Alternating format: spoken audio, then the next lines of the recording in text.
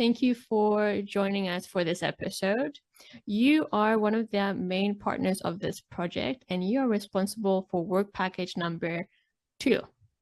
Could you briefly tell us a little bit about the work package? So remind us, because we have heard about it in the first episode. But yes, if you can just remind us a little bit and also tell us what the main purpose of that work package is. Okay, good morning, CJ. So thank you for your invitation for this podcast. Well, I would like to start the main goals of the project, what we have to be in phases for the audience. So the main purpose of this project to develop the transversal skills of the children, of the kids from age 6 to age 12. And because we are strongly believe the blended learning, the old partners is the believer of the blended learning as a method.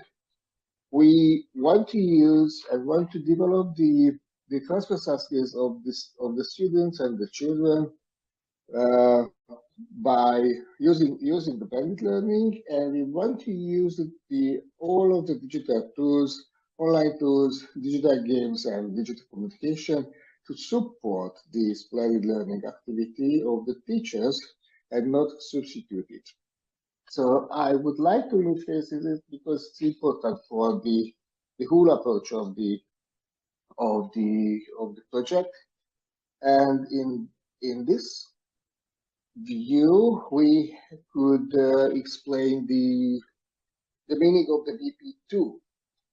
So the VP2 is about the online educational tools and describing the function of it and selecting of those one which is appropriate for developing the transversal skills. As I mentioned, we don't want to use as a single tools to develop for the development of transversal ones, but as a tool what could richness and reaching and enhancing the skills development in the classroom situation, or the outdoor situation, or any traditional situation, what we are seeking a good one. So at the beginning, as it was mentioned, I guess, the previous podcast, we set up those skills, what is important for development in this age. And we selected the 10 from this 32, what is most important in several reasons. One of the reasons was that it was evaluated by the teachers as an important one. But they have no tools or no knowledge or no skills or experience to develop in the classroom situation and any situation. So this is the reason why we choose those 10 ones, which is characteristics as I described previously. And the VP2 is focused on to collect those digital educational tools, not the digital online tools, but I want to emphasize that they are the educational tools and learning tools, which is appropriate for development of these devices. Well, the aim of the VP2 to collect, as I mentioned, the most relevant one, educational online teaching and learning tools. We want to emphasize not just the teaching, but the learning, because we are strongly believe that in the 21st century, the learning is as important as the teaching. And the blended way of teaching and learning in the classroom and the online area and the home learning is very important. So, well, as I mentioned, collect the most relevant educational technological teaching and learning tools, and giving a short description and a manual for the teachers how they can use these tools what we selected. The requirement of the selection in VP2 is that the online teaching and learning tools are easy to implement in the classroom situation for the teachers. No need for the high technical skills and technical experience of the teachers, because our focus group is the elementary teachers who has a very high level pedagogical skills and knowledge, but it's not expected to having a very high level of technical skills for them. While the tools in this toolbox have to contact the general framework of the project, of course. This is the very strong requirement, and we want to face that by using of the toolbox of the teachers, we'll be aware of the importance and the opportunity of related social skills when they using it in a blended way. So this is the main short description of the BP2. That's excellent, thank you. So just to make it very clear, what is an online digital tool? So what kind of tools are we talking about? Could you give us some examples of what we are referring to? Well, the online digital learning tools, what we want to use in this project and what we describe and give an opportunity to the teachers to use it in different situations is in general it's a software that provides the students an opportunity to engage in the virtual classroom activities. All of the tools, online and digital tools, which is appropriate for enhancing and reaching of the learning activity and teaching activity in the classroom or at home, is important for us, and we define as an online learning and teaching tools. While the advantage of these tools in any learning and teaching situation to engage the students to learning, development, and increase the learning motivation of them, making an opportunity to be able to collaborate with each other, not in the classroom situation because it's normal, but from home or from any other situation where the distance there's a distance between the teachers and students, provide very quick feedback for them because it's very important for the 21st century students, and gives an opportunity to the teachers to be flexible and having a data about the learning of the students. So if the online digital educational learning and teaching tools meet with this type of characteristics, we like it, and we offer them for the teachers for using it.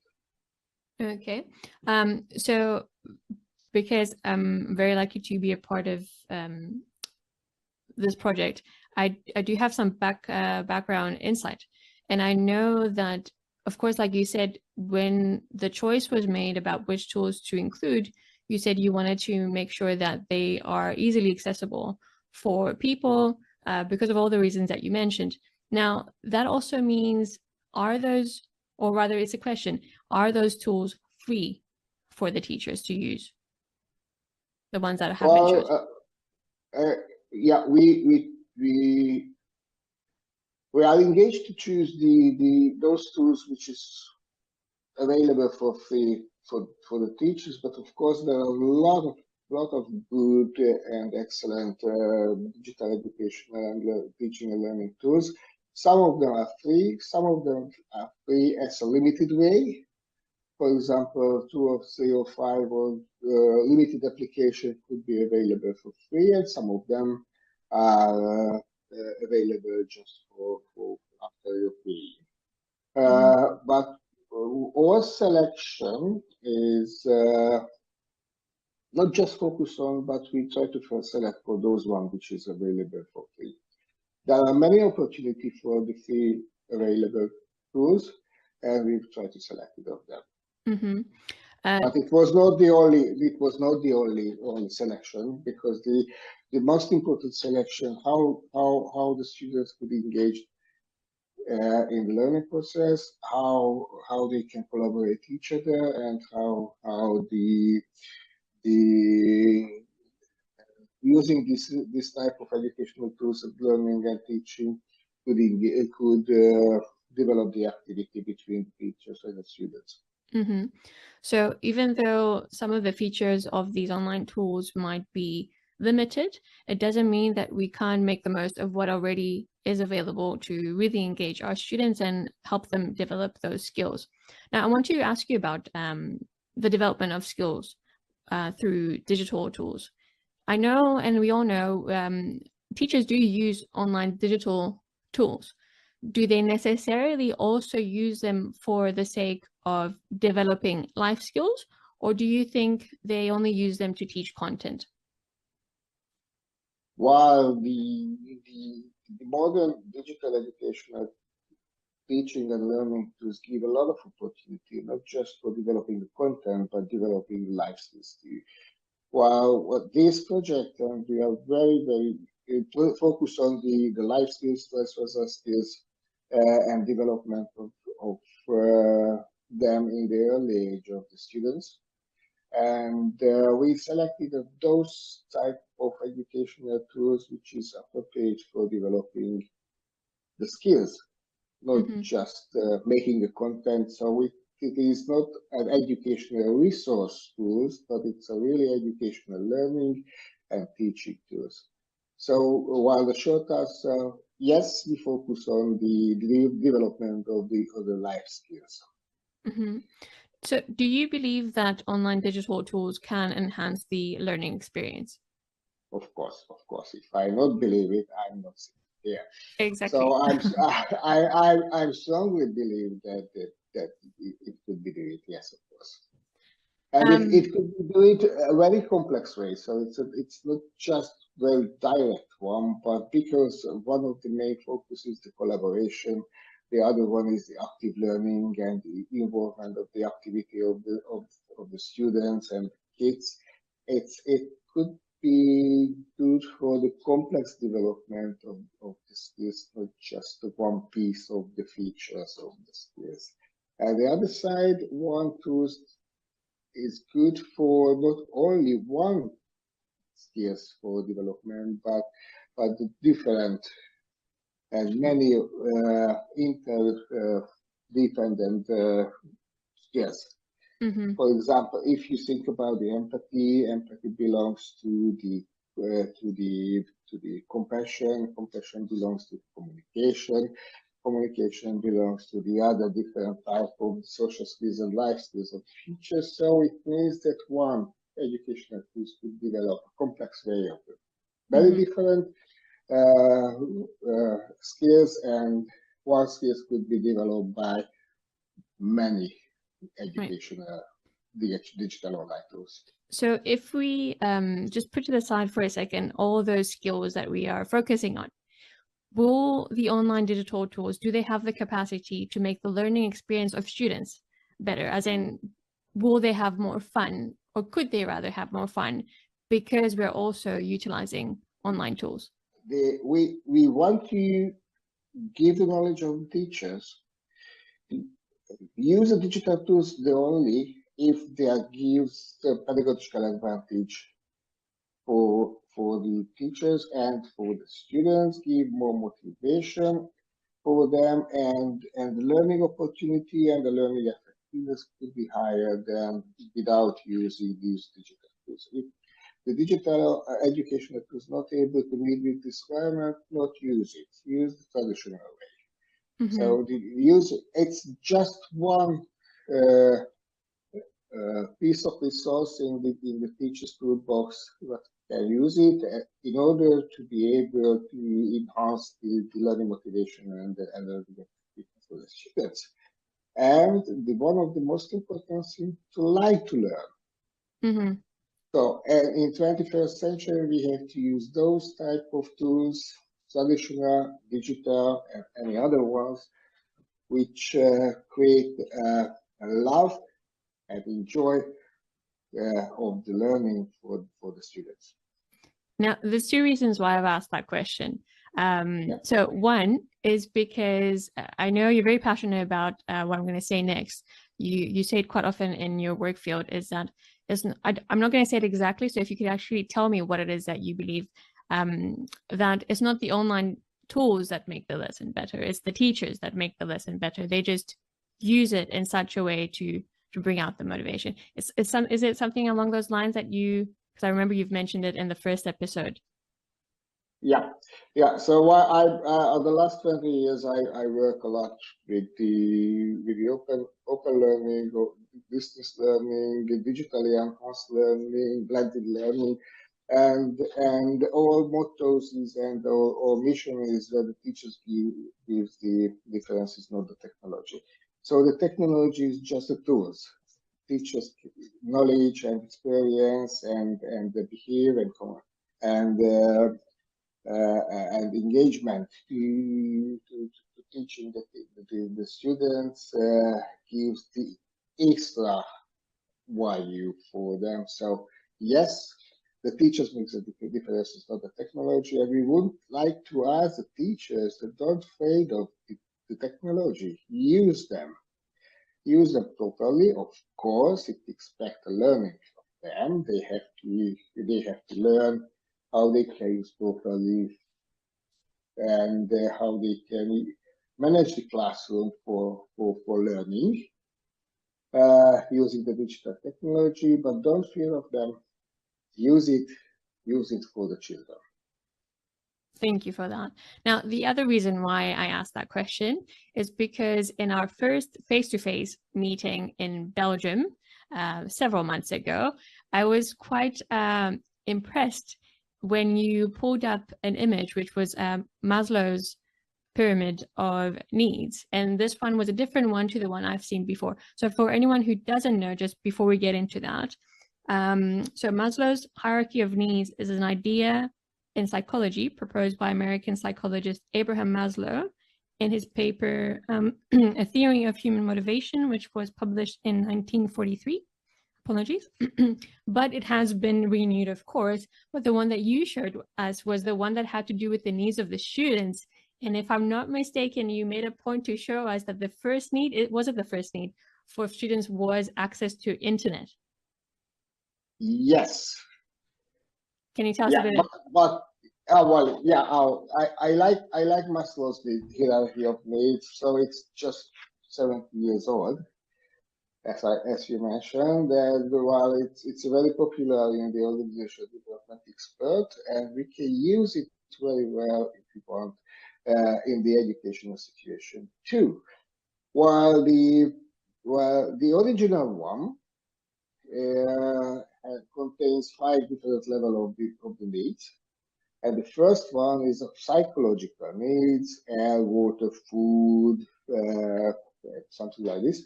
And now the kids and the children put 2 different things. One is a battery. So full of battery. The second one is a Wi-Fi.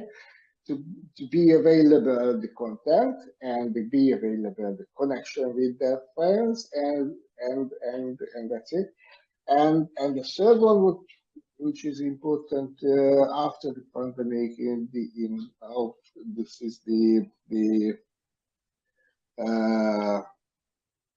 safety, the psychological safety, which is very important for them. If we transfer the Maslow hierarchy into our target group, which is the K1, K6, grade 1, grade 6 students and their teachers, we could think not the first 2 but the third and the fourth one, if we want to speak about how we can use the digital technology and digital education and learning tools. While the third level of the Maslow needs is the love and belonging, and it is very important for the children, not just for the adults. And love and belonging, friendship, making the connection, connection with the schoolmates, family, teachers, blah blah blah, and the friends could be supported by different educational online tools. For example, Zoom or Facebook or any other ones, which is good for developing and making connections. So if we want to emphasize the Maslow needs, this one is important and highlighted, and it's appeared not just for the adults or the older children, but in the early age of this need. The second one, going up a bit, it's a fourth one, is a esteem growth needs. And normally for the children in this age, the growth needs and the learning needs meet with the activity and meet with the playing and meet with the fun. So if we want to fulfill these needs of the young students from age 6 to age 12, we have to focus on the activity learning. We have to focus on the playing and the gamification. The playing and the playing-based learning is the VP4 in this project, but there are a lot of online educational tools which could be support the gamification, which could be support the active learning, could be support the playing. For example, the inquiry-based learning, which is important, or exploring. It's not just teaching, they're having experience and working with our experience, working in groups and with development, the communication skills, the development, the self-distributed skills, and the development all of the skills was be chosen at the beginning of the project. So if we want to use the muscle needs, we have to give an opportunity for the students and the teachers to use the digital technology, which means battery Wi-Fi at the bottom end of the hierarchy, and we have to make a lot of opportunity to use the digital technology and educational tools for making connection and collaborate each other, and we have to use the digital tools for gamification, active learning, and involvement of the learning process of the children. So this leads me to my next question, which has to do with the choice thing. So from what you've already said, at least it sounds to me that it's a good idea when we do choose a tool to always have in mind Maslow's triangle of needs in relation to the needs of our students, because we are choosing a child-centric or a student-centric approach. So that's one. But are there markers that we should look for when it comes to choosing a tool that's good? Well, yes, of course. It's not the only one. Well, the meeting with the needs of the students, it's very, very important. And there are some other ones that I mentioned to you that one of them is engaging the activities, how the tools could engage the activities of the learners, how we can involve in the learning process the students. The second one, it could be give the flexibility for learning and teaching. And if you think back about the pandemic and the 2 years of the pandemic and the experience of the pandemic, some of the teachers and students said that while it was awful, but using the digital technology gives a lot of flexibility for them. How they can, well, the timing of the day, when they want to learn, how they want to learn.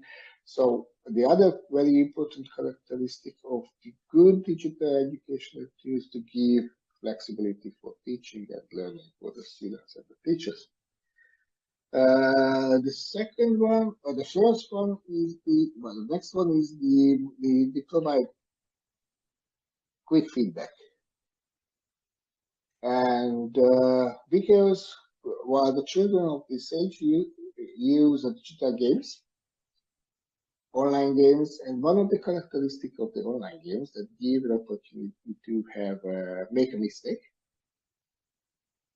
learning from mistake, and give immediate feedback whether you were successful or it was a bad thing or a fail was. So all of the good educational tools, digital educational tools, has to meet this very strong requirement that it must be give immediate feedback about the success of the learning of the children. And as I mentioned, it is focused on not punishing the mistakes, but using the mistake for learning and for teaching. And if the educational online tools not able to do this, it's not good at all. And next one, of course, increase the motivation of the children. Must be very visualized, nice, using the nice characters, and the visuality is very important in this age. And it must be give data for the teachers about the learning process of the students.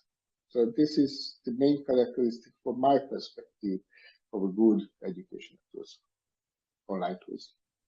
Thank you. That's a very good starting point for us to think about how to choose tools. Now, when we were in Belgium, you also showed us one more thing, which was Bloom's taxonomy. So there already is one. I think all teachers are familiar with it, so I'm not going to go into depth, but you showed us specifically one that was connected with the digital tools. So could you tell us a little bit about that? Well, the Bloom's digital taxonomy is very popular at the moment. So it's a lot of articles and pictures and yeah. The Bloom's digital technology is very popular at the moment, so you can find a lot of articles, short stories, explanation about how we can use the digital tools based on the Bloom structures. While we, as you mentioned, we don't want to elaborate the different levels of the Bloom taxonomy, but the creating as a top one it could be very important in our perspective, because there are a lot of good educational tools, digital educational tools, which fulfill the requirements of the creating and could support the creating, but not just substitute the traditional ones, but could support, like Google Classroom, VoiceThread, Socrative, Nearpod, or Evernote. So there are a lot of opportunity which is good for it. Well, there are other one which is one a bit lower. This is an evaluating of the learning, and there are a lot of tools for the evaluation. If you think about the H5P, which is a very popular at the moment, more than 300 different type of small tools which could be appropriate for the creating, evaluating, and analyzing of the tools of the knowledge, and it is made with the Bloom structure. The applying is another one which is very, very important, and applying with collaboration with the others, it could be important and highlighted in our perspective, and we can offer a lot of opportunity for the collaboration and application with the others of the one. And if you think about the active learning methodology, this is what we can what we can do it in this level. And so altogether, at the end of the day, from applying to creating, we can offer a lot of digital tools, and it doesn't matter whether it's Android or iPad or different type of the educational background. There are a lot of good opportunity and available opportunity for the teachers and students to use this gadget for learning and teaching. Okay. So I'm going to ask you a personal question now. Okay. So don't think about it too much. Just immediately the first one that comes to mind, you just tell me. So, okay. So far, what is your favorite online digital tool? Go. Padlet and MindModel. Okay. That's it. I'm not going to ask you more about it. That's it. Perhaps we might have some time to explore it in other episodes, and you can tell us a little bit more as to why. But for now, let's go on to our next question. So in our research, we saw that many teachers feel that transversal skills are a very important factor in the growth of a student. Yet we also see that the implementation, like you also mentioned earlier, of the development of those skills in a classroom is low. How can the online digital tools bridge the gap?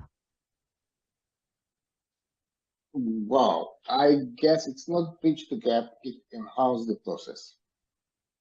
So I don't want to bridge the gap because I'm not seeing the gap. I'm not realize the gap. I realize that if we use properly the different type of teaching methods and teaching tools, this is good for the teachers and good for the learners. So my buzzword is not bridging but enhancing. Excellent. I think that's a very important mindset to have. So having said that, if we're going to go back to our work package for a second, you have created a template for these online digital tools. So the consortium has worked together towards these. And these are the ones that we are going to later on give to our participants. So can you tell us a little bit about them and how teachers can use them to benefit in their classroom? Yeah.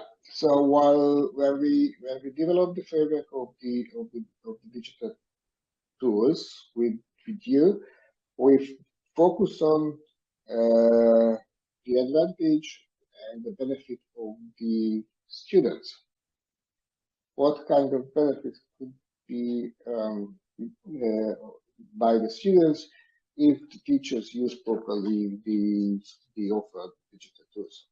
This is the reason why we structured that we put and in phases and write very deeply what is the advantage and benefit for teachers, what is the advantage and benefit for the students, and what is the pedagogical advantage of it comparing with the traditional one. And we always explain that please use it as a tool for enhancing the teaching. We offer official link, and we offer YouTube and official video for the teachers in order to, because we are not able to write a post how they can use the tools, but we can offer the opportunity where you then offer the resources, where the knowledge and the experience and shared knowledge is available for them. And after we highlighted what kind of competency could be developed by tools and what is the relationship with the different tools and the different competencies. And at the end of the day, we give some suggestion that what is the similar digital educational tools available for developing this type of skills. And what is the similar, for example, with Padlet, or what is the similar with Tinkercad, and how we can use it. And at the end of the day, we give some suggestion and give some information about whether it's free or not, and what is the price and how they can use it. And this is the structure of what we created at the beginning of the project, and it works well. Now, well, we developed the toolbox for all of the 10 transversal skills, and we're waiting for the evaluation and the feedback of the other partners, whether they like it or not, how we can fine tune and what we can do with it in order to the teachers will be able to use properly. And if we are at the moment here, I would like to emphasize that in our experience, we have an experience with teachers that they need knowledge and experience how they can teach with the digital technology. So we have to focus on that, teach them how they can use these tools, and we have to teach the students how they can use digital technology and digital tools for learning. So we have another 2 jobs. One is teaching the teachers how they can use for teaching the digital education, and we have to teach the children and the students how they can use digital technology for learning, because both target group are blamed that they are not able to use properly. And it's very important. If the teacher is not able to use properly the digital tools for teaching, but their expectation will be non-realistic for the students. Okay, Tibor, sorry, we had a few technical difficulties and I cut you off. So could you please carry on? Okay, so what is very important, this is our experience after the pandemic and before the pandemic too, that without the proper knowledge of using digital technology by the teachers, it creates more disadvantage than advantage. Because if they are not able to use properly, focusing the needs and the learning style and the age characteristic of the students, the bad using of these digital tools creates an unrealistic learning expectation, and unrealistic learning expectation creates demotivation of the students, creates not able to meet with the success, not able to feeling this success, and it creates not just the demotivation but depression, and at the end of the day they will hate the learning.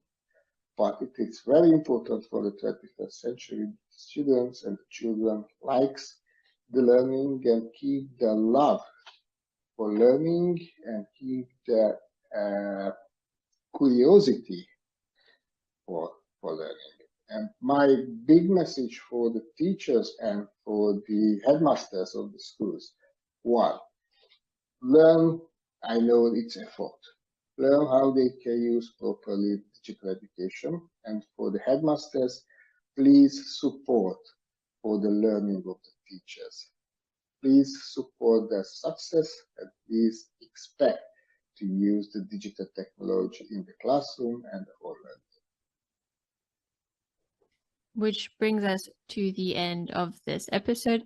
So from what you've said, is your message to teachers? So if we're going to close this and you had only one thing to say to teachers, is it what you just said now? Is it love?